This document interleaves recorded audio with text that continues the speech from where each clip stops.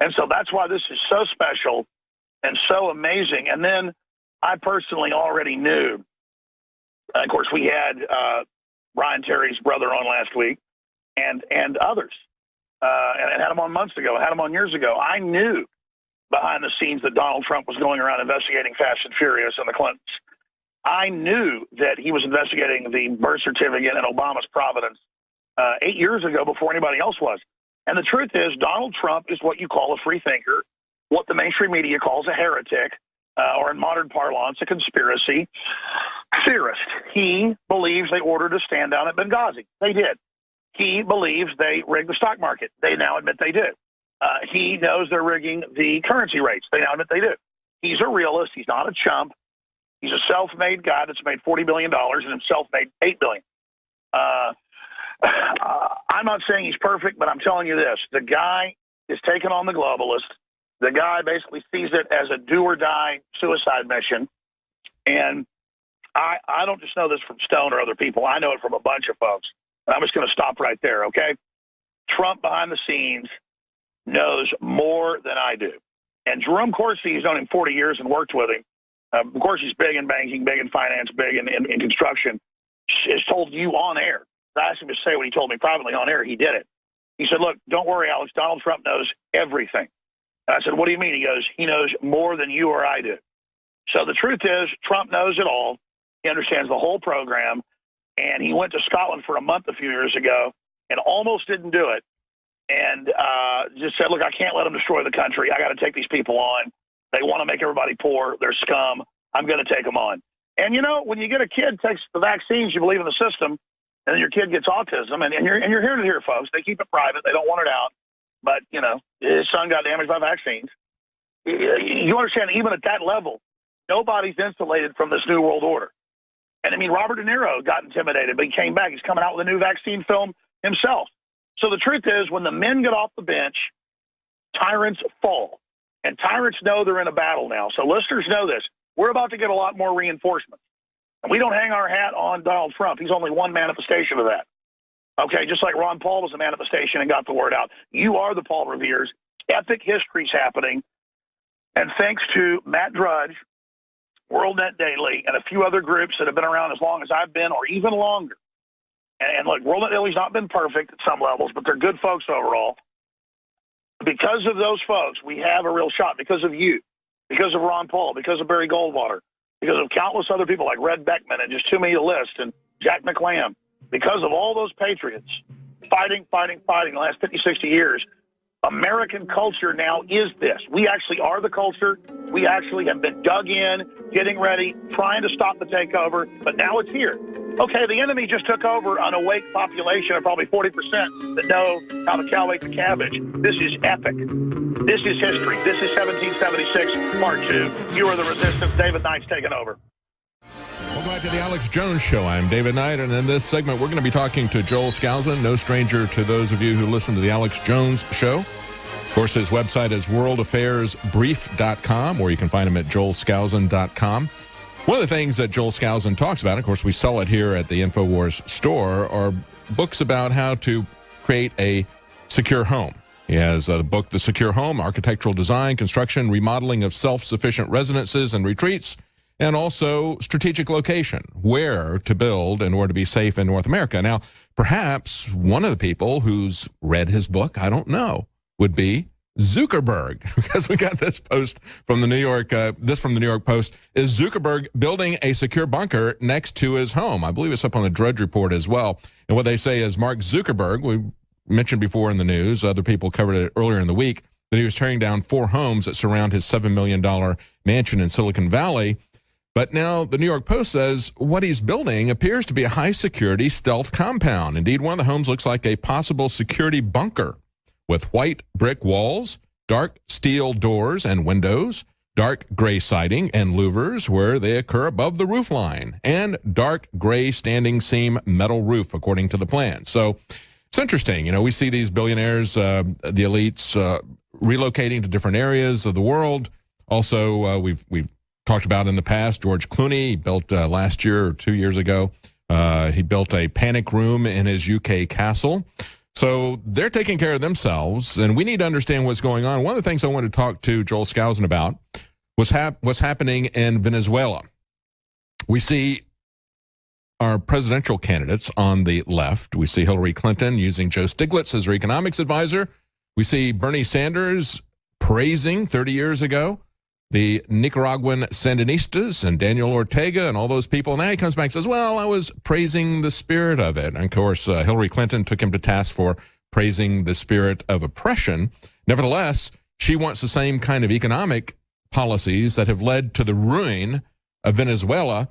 And Hillary Clinton wants to confiscate guns. And now we've got a situation, as I pointed out earlier in the show, we reported back in December that the police in Venezuela were being hunted down on the streets for their weapons. That's what's going to happen in America. That's why a lot of law enforcement doesn't support gun confiscation, because they know they're going to be the point of the spear. They're going to be the targets of criminals who are going to come after them for their guns. That's just one of the bad results of gun confiscation. So joining us now is Joel Skousen. Welcome, Mr. Skousen. I don't have his audio. Do we not have his audio there? I can hear you, David. Okay, good. Now we got your audio. Good, good. Welcome, Joel. Thank you very much, David. Good to be with you. What do you make of Venezuela? Because we had this last weekend, a massive military drill of 500,000 soldiers. And of course, Maduro is saying, oh, this is targeted. This is a warning to Americans not to get involved. But nobody is believing that. They all believe that this is a warning to the citizens who are starving in the streets not to create an insurrection, and also to shut down efforts to have a recall election. Well, this is an interesting situation, David, because Maduro's popularity has dropped to 22%. He enjoyed no less than 3 or 4 years ago almost 80% popularity, at least among the indigent people, of which socialism and his form of communism appeals to. I can't believe it's 22%. I mean, people are hunting cats and dogs in the streets, and he's got a 22% positive rating?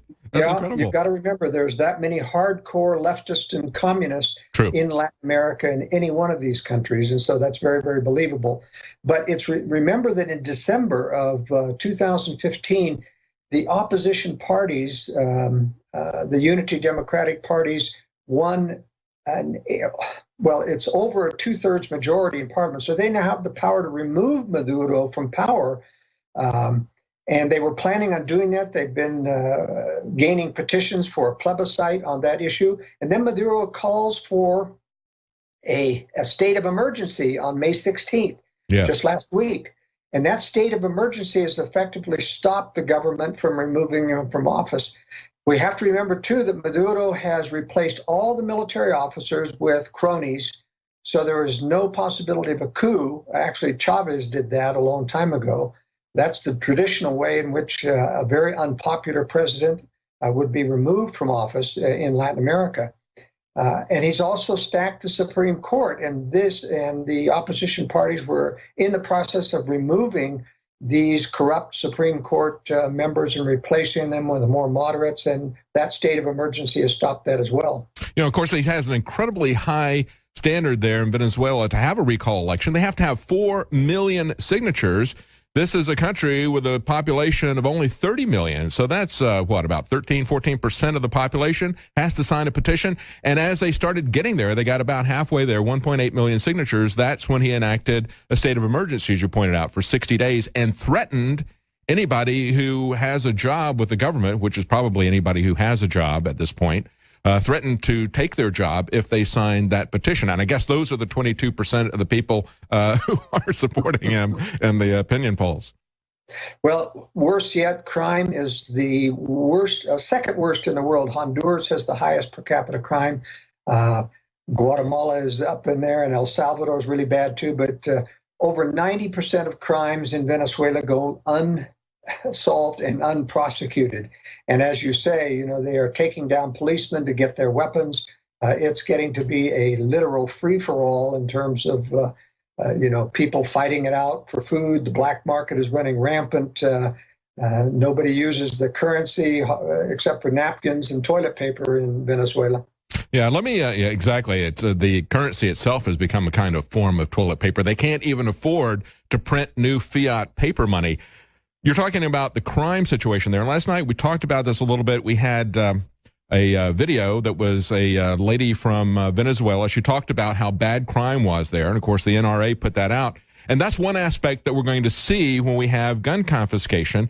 But then the other aspect, as you alluded to just there, was the fact that officers are being hunted for their guns. Here's some of the statistics back in this article we had in November. 24,000 murders recorded in 2013. 252 police officers hunted and killed in the country from January to October of last year. So that was just before this article was written, because they wanted their guns. That's what's going to happen with gun control. And Joel, I see the same things being put in place by the Democrats. Of course, Hillary is full on for gun control.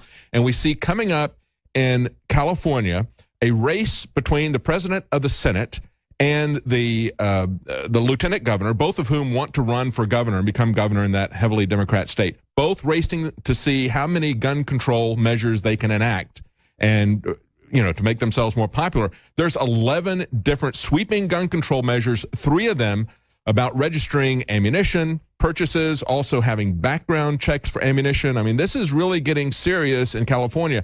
Venezuela has become a template for what the Democrats want to do in this country, and California is becoming the next step in that enactment. Well, that's right. As the author of Strategic Relocation, I get an awful lot of calls and emails from people from California saying, all right, I'm ready to leave. This is the last straw. Yeah. The gun confiscation is very real, looming. But, that which is really driving people out of even the public school system, of course, is the enforcement of transgender bathrooms and other sex education upon people. But before we leave Venezuela, let me just say, David, that one of the reasons the problem is so chronic in Venezuela is that they took a $50 billion loan from China in 2005, and they sell over 600,000 or 600 million barrels of oil to China, and they have to give 50% of that towards debt payments. So even at low oil prices, they've cut their income in half by indebtedness to China. Wow, that's amazing.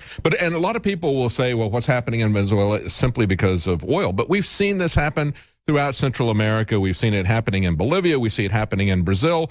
We see it happening regardless of what the economy is based on. And of course, when we look at socialism, that creates an economy that is based around, doesn't have a diversified economy because people don't have the freedom and the flexibility to create new products, new markets. So it's just going to be the industries that are owned and mismanaged by the central government, the central planning. It's not really foreign intervention that they want to blame it on. They should be blamed on the intervention of their central government. And that's the key. When we look at what Bernie Sanders was saying 30 years ago about Nicaragua, he was praising the fact that they had won this in spite of American intervention. And yes, we know the CIA has created its own share of coups, but it's not American intervention that is bringing down Venezuela. It's their own intervention in their own economy, isn't it?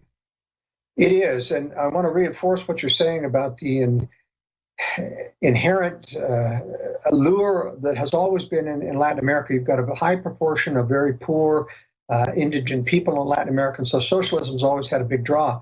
But well over 50% of all the countries in Latin America are in the hands of actual communists. A lot of people don't realize because the media never publicizes. They call leftist progressives, they don't, and they call, even full communists just, on the far left. They just don't want to use the C word. But Dilma Rousseff of Brazil, who's just been temporarily suspended in an impeachment proceeding, is a full communist, revolutionary. Her predecessor, Dilma Rousseff, and then Lula da Silva of Brazil was a full communist. They still hold to this day an annual conference in Rio de Janeiro called the Foro, meaning Forum of Rio de Janeiro, which is an annual meeting of communist revolutionaries and how to continue the struggle. Yeah, that's what we're going to. And I would like to talk to you when we come back from the break. I want to go a little bit more into Brazil if you want to talk about that, because I think it's very important. There's a common thread besides the socialism between Venezuela and Brazil, and that, of course, are voting machines. Most people don't realize that the largest electronic voting machine company in the world comes out of Venezuela. It's called Smartmatic. It was created by friends of Hugo Chavez as a tool of political control in Venezuela, and it has been accused of rigging elections throughout Central and South America, places like the Philippines as well. And, of course, we had the GOP bring it in for the Utah primary. They paid $80,000 for Smartmatic voting machines in our own country. The GOP